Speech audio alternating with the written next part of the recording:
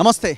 Groups ఫలితాలు group 1, group 2 and group 3 results వెంటనే వాయిదా వేయాలి, ఇమీడియట్గా ఆపాలి. ఎస్సీ వర్గీకరణ చట్టం చేసిన తర్వాత మాత్రమే ఈ మొత్తం భర్తీ చేయాలి అని మందకృష్ణ మాదిగ గారు సోమాజిగూడ ప్రెస్ క్లబ్లో జస్ట్ ఇంతకుముందే ప్రెస్ మీట్ పెట్టారు. ప్రెస్ మీట్ తర్వాత మళ్ళీ మన ముందుకు వచ్చారు. మాట్లాడదాం. సార్ నమస్తే.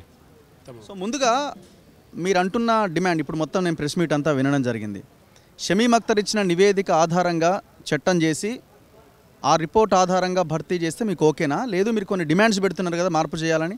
సో మార్పులు చేసి చట్టం చేసి అప్పుడు రిజల్ట్స్ ప్రకటించాలా? ఎట్లా? మేము రెండు కోణాల్లో చూస్తాం. తక్షణం మార్పులు చేసే అవకాశం ఉంటే చేయాలి, లేదు ముందుకెళ్ళదలుచుకుంటే ముందుకెళ్ళాలి. కానీ మేము లేవనెత్తిన ప్రశ్నలకు జవాబు ఎప్పుడైనా రావాల్సిందే కదా, పరిష్కారం ఎప్పుడైనా జరగాల్సిందే కదా. కాకపోతే ఒక మాదిగా దళిత బిడ్డలే కాదు, లక్షలాది మంది అన్ని వర్గాల పిల్లలు ఉద్యోగాల భర్తీ కోసం ఎదురు చూస్తున్నారు కదా. ఆ ఉద్యోగాల భర్తీకి సంబంధించిన విషయంలో ఏదైనా నియామకాలు జరిగే సమయంలో ఒక లోపాన్ని సరిచేయడానికి ప్రయత్నం చేయకపోతే ముందు జరగాల్సిన ప్రక్రియ వేగవంతం చేయడానికి మేము అడ్డుపడతలేము కదా నన్ను. ఎందుకంటే ఇటు మాదిగల బిడ్డల భవిష్యత్తును చూడాలి, వర్గీకరణ కోరుకునే దళిత బిడ్డల భవిష్యత్తు చూడాలి, లేదా అన్ని వర్గాల నిరుద్యోగుల భవిష్యత్తుకు సంబంధించిన అంశం కూడా చూడాలి. కాబట్టి మీరు చేయదలుచుకునేది చేయడానికి మేము అడ్డుపడతలేము. మా విజ్ఞప్తిలో న్యాయం ఉంటే భవిష్యత్తులో జవాబు దొరుకుతుంది, పరిష్కారం దొరుకుతుంది మేము ఆశిస్తున్నాం. కానీ చేయాల్సింది చేయాలి కదా. మరి మీరే చేస్తాడని ముందుకెళ్తున్నారు కదా. నిన్నగాక మొన్న క్యాబినెట్ తీర్మానం చేశారు కదా. ఏది షమీమ్ అఖ్తర్ గారి రెండో నివేదిక మీదనే మళ్ళీ క్యాబినెట్ తీర్మానం చేసినట్టుగా ప్రకటనలు వస్తున్నాయి కదా. ఇక బిల్లు పెట్టేది ఎప్పుడు? ఈ సమావేశాల్లో బిల్లు పెడతామని మీరే అంటున్నారు కదా. ఈ సమావేశాలు ఎల్లుండి నుంచే మొదలవుతున్నాయి కదా, 10వ తారీఖు 12వ తారీఖు నుంచి. మరి ఈ వారం రోజుల్లోనే ప్రక్రియ పూర్తి కాబోతున్న సమయంలో వారం రోజుల్లోనే మొత్తం ఉద్యోగాల ప్రకటన ఎట్లా వస్తుంది, ఫలితాల ప్రకటన ఎట్లా వస్తున్నది? అంటే ఎవరు ఒత్తిడికో తొలగినట్టే కదా. అరే పక్క రాష్ట్రం ఆంధ్రప్రదేశ్లో ఒక ఉద్యోగం భర్తీ అవుతలేదు కదా, ఇక్కడ వేలాది ఉద్యోగాలు వర్గీకరణ లేకుండా ఎట్లా భర్తీ అవుతాయి వాళ్ళ ఒత్తిడికి తలగకపోతే? కాబట్టి మేము అంటున్నాం మీరు చేయదలుచుకున్నది చేయండి, మేము ఆపట్లేదు. సో మీరేం ఆపరు? మేము ఆపం. ఎందుకు ఆపాలి? అంటే మీరు సవరణ చేయాలి అని వాళ్ళు చేసే అసెంబ్లీలో చేసే చట్టాన్ని మీరు ఆపే అవకాశం ఏమైనా ఉన్నదా? నేను అట్లా ఆపం మేము. ఎందుకంటే రేపు లేదు ఎల్లుండి ఈ తెలంగాణ సమాజంలో ఉండబడే అన్ని వర్గాల నిరుద్యోగులు వాళ్ళ బిడ్డల భవిష్యత్తు కోసం ఉద్యోగాల కోసం ఎదురుతున్న సమయంలో ఈ చిన్న అంశము మళ్ళీ వాళ్ళ భవిష్యత్తుకి ఇబ్బంది పడద్దు కదా. మీరు వెళ్ళదలుచుకున్నదని వెళ్ళండి. కాకపోతే మేము లేవనెత్తిన అంశాలు ఉన్నాయి కదా, ఆ అంశాలకు జవాబు చెప్పాల్సింది ఎవరు? ముఖ్యమంత్రి. ఆ అంశాల్లో న్యాయం లేదనుకో, న్యాయం లేదని చెప్పాల్సింది ఎవరు? ముఖ్యమంత్రి. అంతే కదా. లేదా జవాబు చెప్పదలుచుకుంటే పరిష్కారం చూపెట్టాల్సింది ముఖ్యమంత్రి. ఇప్పుడు కాకపోయినా ఒక న్యాయమైన అంశానికి పరిష్కారం ఎప్పుడైనా దొరకక తప్పదు. కానీ తక్షణం మీరు చేయదలుచుకునేది చేస్తున్నారు కాబట్టి అది చేసినాకనే ఉద్యోగాలు భర్తీ చేయాలని డిమాండ్ చేస్తున్నారు. మీరు ఒకవైపున చేయండి అని అంటున్నారు, మీరు చేయాల్సింది చేయండి అంటున్నారు, ఇంకొక వైపున డిమాండ్ చేస్తున్నారు మీరు సవరణ చేయాలా, ఇది అందులోకి అది ఇందులోకి మార్చాలి అని. మరి ఒకవేళ చట్టం అయిన తర్వాత దాన్ని ఎట్లా మార్చడానికి అవకాశం? చెప్తున్నా. ఇప్పుడు మేము లేవనెత్తిన అంశాల్లో న్యాయం లేకపోతే ముఖ్యమంత్రి తిరిగి కమిషన్ ఎందుకు పునరుద్ధరించిండు? పోనీ కమిషన్ ముందు ఒక 50 100 విజ్ఞాపన పత్రాలు అందినాయి. ఆ విజ్ఞాపన పత్రంలో వాస్తవాలు ఉన్నాయా లేదా అనే విషయం తెలియజెప్పాల్సింది ఎవరు? ముఖ్యమంత్రి కదా. అందింది నివేదిక, చెప్పాల్సింది ఆయనే. మీరు జరిగే ప్రక్రియ మేము అడ్డుకోం. మేము మాదిగ బిడ్డల భవిష్యత్తువే కాదు, తెలంగాణలో ఉండబడి అన్ని వర్గాల భవిష్యత్తు బిడ్డల భవిష్యత్తు కూడా మేము చూడాలి, ఎదురు చూస్తున్న వాళ్ళ బిడ్డల భవిష్యత్తు చూడాలి. కానీ లేవనెత్తిన అంశాలకు పరిష్కారం చూపెట్టాల్సింది గవర్నమెంట్ కదా. ఇప్పుడు కాకపోతే ఎప్పుడైనా చూపెట్టాల్సిందే కదా. కాబట్టి ఇప్పుడు మీరు చేయదలుచుకున్న చేయండి, మేము అడ్డం పడతలేము. కానీ చేయాల్సిన రోజులు ఎవరైనా చేసుకుంటారు, తప్పే ఉన్నది.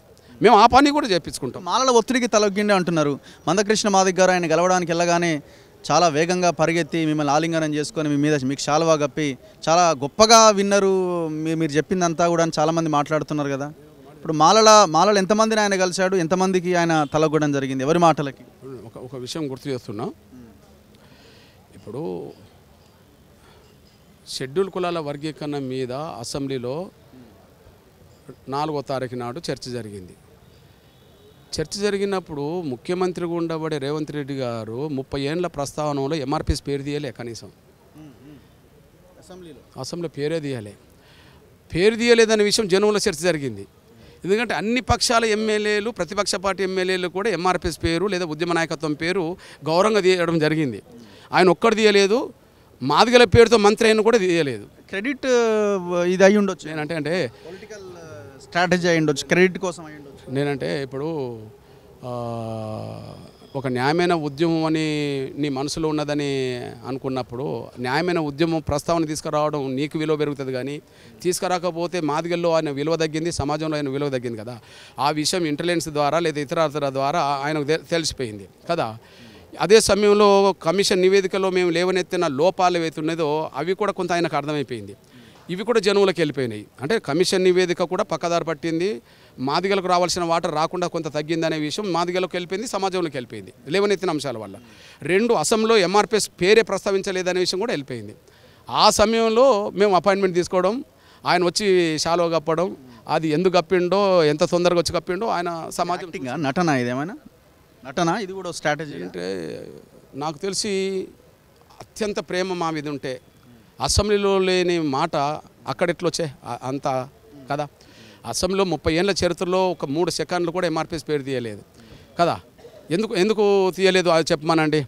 నేను చెప్పదలుచుకున్నట్టే ప్రేమ అనేది హృదయపూర్వకంగా ఉండాలి, కానీ కేవలం నాలుక మీద మాట్లాడినట్టుగా ఉండదు కదా.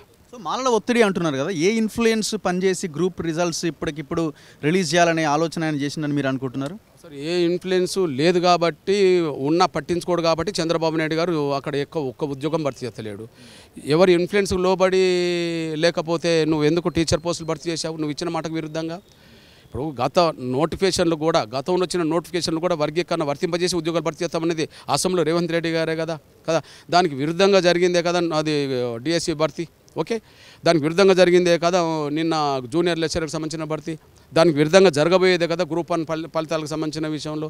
ఎవరికి ఒత్తిడి లేకపోతే వర్గీకరణకు అనుకూలం అంటున్న ముఖ్యమంత్రి, వర్గీకరణ చేస్తామని ప్రకటించిన ముఖ్యమంత్రి, రేపు సమావేశాలు జరగబోతుందని చెప్పిన ముఖ్యమంత్రి ఒక వారం రోజుల్లోనే ఇన్ని ఉద్యోగ ఫలితాల ప్రకటనలు ఎప్పుడన్నా వచ్చినాయి? ఒక వారం రోజుల్లో ఈ స్వాతంత్రం వచ్చిన కాంచి లేదా ఉమ్మడి ఆంధ్రప్రదేశ్ ఉన్నంత కాలం లేదా తెలంగాణ వచ్చిన ఒక వారం రోజుల్లోనే ఇన్ని ఉద్యోగాలకు సంబంధించిన పోటీ పరీక్షల ఫలితాలు ప్రకటించిన చరిత్ర ఎప్పుడన్నా కనిపించిందా? ఇంత ఆగమ్యగాలం పోవడానికి కారణం ఏంది? నువ్వు వర్గీకరణకు అనుకూలమే కదా, నువ్వు చేయబోతున్నావు కదా.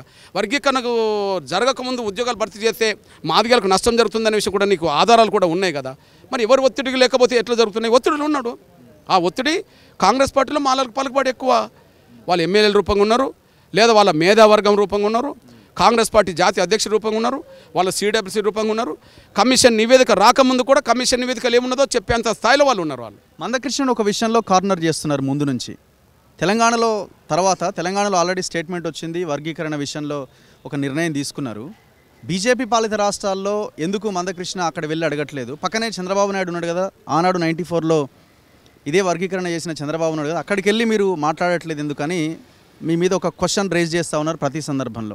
సో ఆ క్వశ్చన్కి ఆన్సరే ఇవాళ మీరు చంద్రబాబుని వెనకేసుకు రావడానికి ప్రధానమైన కారణమా? అంటే వాళ్ళు అమాయకులన్నా కావాలి, అతి తెలివైన కావాలి. ఆ మాట మాట్లాడేటోళ్ళు అమాయకులన్నా కావాలి, అతి తెలివన్నా కావాలి. మేము ఎప్పుడు సత్యాన్ని సత్యంగానే చూసి ముందుకెళ్తాం. ఇప్పుడు మీ దృష్టికి వస్తున్నాను, వర్గీకరణ అంశం ప్రధాన ఎజెండాగా ఉన్నది బీజేపీకి హర్యానాలో వాళ్ళు ముందుకెళ్ళిండ్రుగా, కొత్త గవర్నమెంట్ ముందుకెళ్ళింది కదా. ఓకే, వర్గీకరణ ముందు చేసింది చంద్రబాబు నాయుడు గారు. చంద్రబాబు నాయుడు వర్గీకరణ లేకుండా ఒక ఉద్యోగం భర్తీ చేస్తలేడు కదా. ఈ మార్చి నెలలోపు వర్గీకరణ పూర్తి కాబోతుందని చెప్పి లోకేష్ గారు శాసనసభలో ప్రకటన చేశాడు కదా. వర్గీకరణ జరిగేంతవరకు ఉద్యోగాలు భర్తీ చేయమని చెప్పి ప్రకటన చేసి వాళ్ళు ముందుకెళ్తుండ్రు కదా. ఆయనకు అంతో ఇంత చిత్తశుద్ధి ఉండడం వల్ల మాదిగా ఎమ్మెల్యేలను పిలిపించి మాట్లాడిండు కదా వర్గీకరణకు అనుకూలంగా ఉండాలని. కమిషన్ దగ్గరికి వాళ్ళు ఇద్దరిని 2 సార్లు పంపిండు కదా. ఇక్కడ ఆ ప్రయత్నం జరుగుతలేదు కదా. ఇక్కడ కొంత తేడా లేదా అని అంటున్నా నేను. పోనీ ఇక్కడ వర్గీకరణ జరిగిన తర్వాత నీ భర్తీ చేస్తామన్నావు, మరి ఇక్కడ నువ్వు మాట తప్పావు కదా. ఆడ మాట తప్పలేదు కదా. నేను ఇప్పుడు వారం రోజులు అక్కడ నుండే వచ్చేసాను, ఇప్పుడు వారం రోజులు ఇక్కడికి వచ్చేసాను.